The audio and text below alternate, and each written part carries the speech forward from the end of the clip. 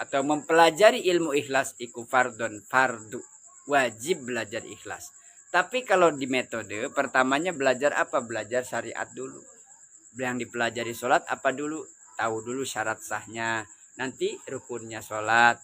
Jangan dari awal diceritain tentang harus ikhlas. Nanti orang harus belajar ikhlas dulu sementara sholatnya belum dimulai. Kapan Pak? Belum dimulai juga kok ibadah sholat. Lagi ikhlas dulu Pak, belajar ikhlas. Jadi saya nggak sholat juga ikhlas. Gimana sih nggak sholat ikhlas? Belajar sholat dulu nanti ikhlasnya ngikutin. Lama-lama sholat itu ada efeknya. Oh ternyata bener Pak, beda saya lu dulu nggak sholat sekarang sholat. Terus gimana sekarang sholat? Ya sholat aja, nggak ditinggal, nggak. Kenapa? Kayak udah gitu Pak, udah biasa aja karena merasa bahwa sholat itu panggilan saya, hati saya. Nggak pengen apa? Enggak. Di rumah di sini sholat, ya di rumah kerjaan saya sholat. Waktu kemarin jalan ke sana sholat saya. Kenapa? Kan nggak ada yang lihat, orang sini nggak ada yang ikut. Ya emang bukan buat orang, saya buat Allah. Udahlah susah. Pokoknya ikhlas itu sudah dibahas bisa, tapi dirasain nggak semua orang. Dan Allah berikan anugerah orang setelah dia beribadah baru ditanamkan ikhlas. Ya nggak mungkin ikhlas ditanamkan tapi nggak ada actionnya, nggak ada ibadahnya, amaliyahnya nggak ada. Tidak akan sampai seorang hamba ilal fardi, sampai pada inti kefarduan kewajiban kecuali harus dengan belajar ikhlas. Soro maka jadilah pelajaran ikhlas fardon jadi fardu. Sebab yang diterima sholatnya, puasanya, ibadah zikirnya, sedekahnya, infaknya hanya yang ikhlas. Artinya belajar fardu sholat harus, belajar ibadah harus, belajar ngaji harus, belajar apa saja harus. Jangan lupa harus juga belajar ikhlas. Ikhlas dalam sholat gimana? Yang gampang aja nih. Datang waktunya sholat, sholat. Setelah salam, bagaimana nih amalannya? Wirid, zikir, berdoa. Setelah itu apa? Udah Pak. Ngapain? Oh, saya kan kerja masuk lagi. Udah, ya udah begitu aja. Itu ikhlas, ikhlas. Belajar ngaji, misalnya hadir di majelis taklim. Bagaimana belajar ikhlas dalam hal ngaji? Datang, duduk, dengarkan, selesai pulang, sudah. Jadi ikhlas, ya begitulah ikhlas. Jadi belajar ikhlas kita ngajak ikhlas ya bareng-bareng. Ada, nggak ada, sama. Itu namanya ikhlas. Itu yang gampang itulah gitu. Jadi jangan berubah. Tempatnya di mana saja dulu belum ada tempat bagus seperti sekarang. Terasnya begitu, keramiknya retak-retak, gelap, remeng-remeng nyamangnya. Dari awal dulu sebelum masjid dibangun. Ada masjid dibangun sama ngaji begitu. Dulu kemarin sempat bikin saung nggak bagus, nggak layak, ya juga ngajinya tetap. Sekarang bagus lagi tempatnya ngaji lagi. Lagi sehat ngaji, lagi sakit ada halangan nggak ngaji tapi pas sehat ngaji lagi. Lagi sibuk nggak ngaji, pas nggak sibuk ngaji lagi. Jadi itu urutannya begitu apa ya? Tantangannya begitu ujiannya. Ya orang ikhlas nggak ikhlas itu kan nggak lihat musim, waktu, kapan dia rajin, kapan dia nggak rajin. Kemarin alasannya kenapa? Mumpung sempat, mumpung saya masih sehat, masih bisa duduk, masih telinga saya masih bisa dengar. Udah itu aja yang gampang. Jadi bukan karena apa-apa. Ya kan barangkali kita kan faktor usia secara syariat kan. Nah sekarang masih bisa ngaji jam segini. Mungkin nanti mah kalau jam 7 udah mulai ngantuk, habis bisa langsung blok tidur. Saking capeknya. Nah sekarang kalau nggak bisa malamnya, siangnya Pak. Siangnya juga saya kerja siang, malam capek, akhirnya nggak ada ngaji. Jadi mumpung aja, mumpung masih bisa. Ntar lama-lama kan nggak bisa, mau nggak mau orang umur kok. Ya nggak bisa karena duduk nggak bisa lama. Bentar-bentar selonjoran, bentar-bentar makan, lapar terus bawaannya. Dah. Tapi juga jangan ngaji sibuk dengan makanan, minuman. Ayo itu yang dibahas. Akhirnya ngajinya enggak. Ngomongnya apa? Makannya, menunya apa, airnya apa, minumnya apa, kopinya kopi apa. Aduh ribut ngomongin kopi. Belum ngomongin batu cincin lagi. Itu apa? Apa namanya? Batu apa itu? Akik. Yang satu ngomongin lagi apa? Batu apa satu lagi? Pancawarna. Lah satu pusar bumi, yang satu batu yang diomongin. Besok-besok ngomongin apa lagi? Ngomongin cangklongnya lagi diomongin. Ini bahannya dari tanduk buaya misalnya. Cangklongnya dibahas. Atau ngajinya meren. Ya nggak apa-apa. Tapi sekedar jangan semuanya harus dibahas. Pilih yang penting mana yang nggak mana. Yang unsur itu bisa memenuhi kewajiban maka menjadi wajib. Maka tadi ibadah wajib. Tetapi ikhlas juga wajib. Hanya caranya ibadahnya jalankan, nanti ikhlasnya tuh pelan-pelan. Kan awalnya kita nggak terima, aral gitu. Awalnya banyak keluh kesah, udah nikah punya anak, usahanya masih begitu. Nambah anak, agak mikir nih 2 kali, anak 2, 3, 4, nambah lagi kebutuhan. Lama-lama ikhlas dijalanin. Ternyata anak sekarang udah gede-gede, emang. Udah pada punya istri, punya anak, punya cucu. Gimana, ikhlas nggak Pak? Ada anak nanya, Bapak ikhlas gak ngurus saya? Itu tersinggung banget. Ada anak nanya sama bapaknya, sama ibunya, Mama nggak ikhlas ngurus saya? Kata mamanya apa? Ini kamu ngomong gitu kan dulu saya urusin dari kecil sampai sekarang bisa ngomong kayak gitu. Nggak layak kan, nggak boleh kan? Masa udah segede gitu bilang tanya ikhlas apa enggak? Kalau nggak ikhlas gimana dulu? Udah nggak diurus, udah dikasih orang, dibuang. Makanya sampai sekarang kita hidup ini berarti orang tua kita ikhlas. Jadi yang paling ikhlas tuh ya orang tua kita. Udah ngasih apa kita sama orang tua? Enggak ngasih apa-apa. Ya minimal jangan ngasih beban, nggak bisa bantu, nggak bisa ngasih, ya bisa doain Pak, saya bisa doain. Udah nggak ada Pak orang tua saya, ya memang yang nggak ada mah butuhnya apa? Doa, ya sudah doain aja. Nah itu anak soleh nantinya. Nah kewajibannya itu, waqala ba'duhum ma'rifatul khawatir wa tafsiliha waridatun li'annal khawatir hiya aslul fi'li wa mabda'uhu wa mansya'uhu wa bidzalika ya'lamu al-farqu baina lammatul milki wa lammatus syaiton. Nah ini kaitannya masih yang batin-batin.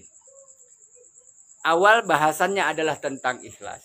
Lalu kemudian mengembang kepada sesuatu yang menggerakkan hati. Khawatir itu kereteng. Ketika kita melaksanakan ibadah itu ada panggilan dari mana? Greget hati kita untuk ibadah tuh kenapa? Khawatir nih bisikan-bisikan aslul fi'li. Karena apa? Ini niat nanti ya, kalau dalam syariat itu niat. Orang itu bisa bagus amalnya, itu bergantung pada niatnya dia. Niatnya apa? Sebab ada orang yang niat sedekah, tapi kemudian berubah. Berubah kenapa? Karena ada konsekuensi.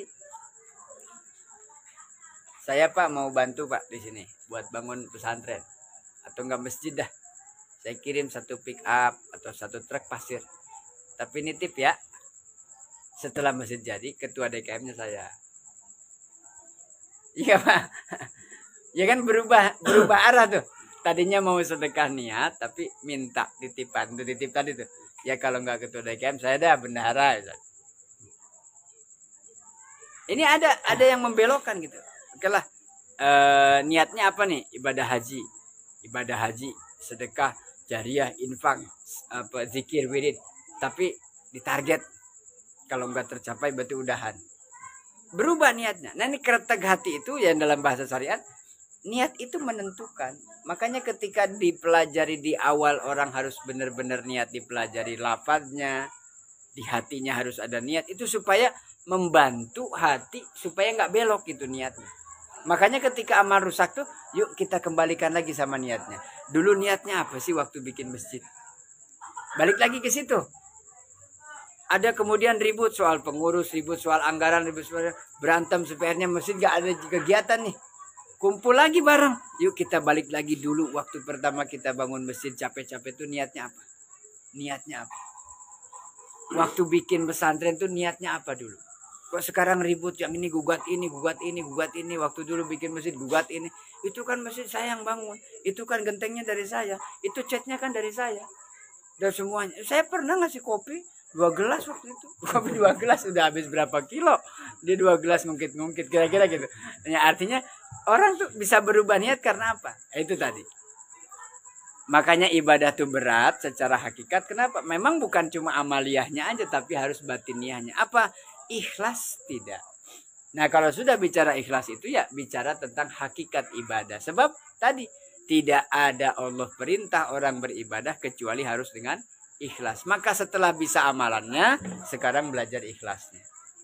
Cirinya ikhlas sama antara ada, tidak ada, diberi, tidak diberi, lapang, sempit, keadaan bagaimanapun ya dia melakukan amal. Kenapa? Ini perintah, titik.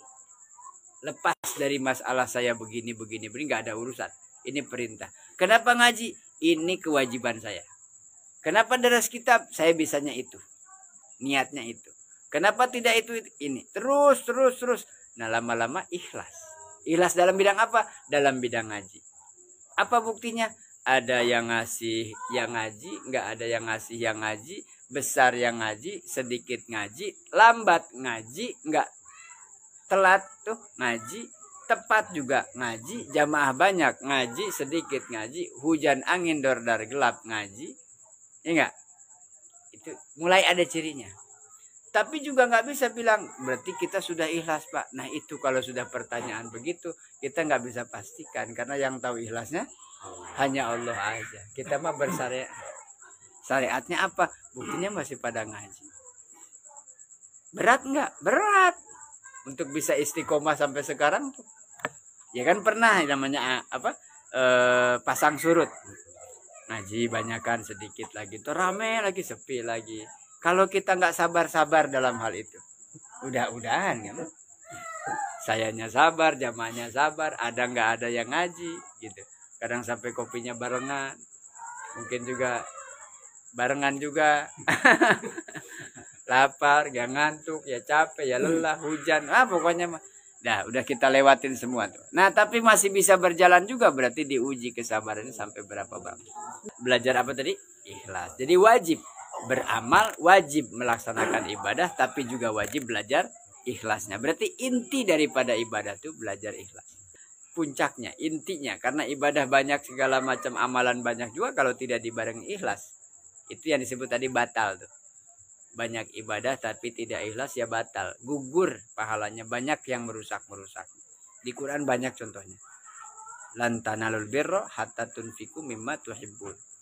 Ikhlas Pak saya tapi Allah bilang tidak ada kebaikan dari orang yang bersedekah memberi infak jariah kecuali dia memberikan sesuatu yang dicintainya, yang dia sukai. Saya masih ngasih tapi yang sudah nggak kepake. Saya masih memberi bantuan tapi yang sudah tidak digunakan. Sesak Pak saya, tapi masih mending lah bagus dikasih. Gitu maksudnya. Tahapan nanti lama-lama yang paling dicintai. Karena apa? Ibadah kan dipersembahkan buat Allah. Ibadah ke Allah hanya sesak gitu. Sholat Pak kalau sempet. Masa iya kalau sempet? Sementara itu intinya kan Pak. Intinya hidup kan ibadah kan? Nggak bisa alasan kalau sempet, nggak bisa. Justru kerja kalau memang ada pekerjaan, main kalau memang ada sempat waktunya buat main, nongkrong kalau sempat. Tapi sholat ya nggak bisa bilang sempat, emang wajib sholat. Sempat nggak sempat wajib. Itu nggak ada urusan dengan kehidupan dunia ini.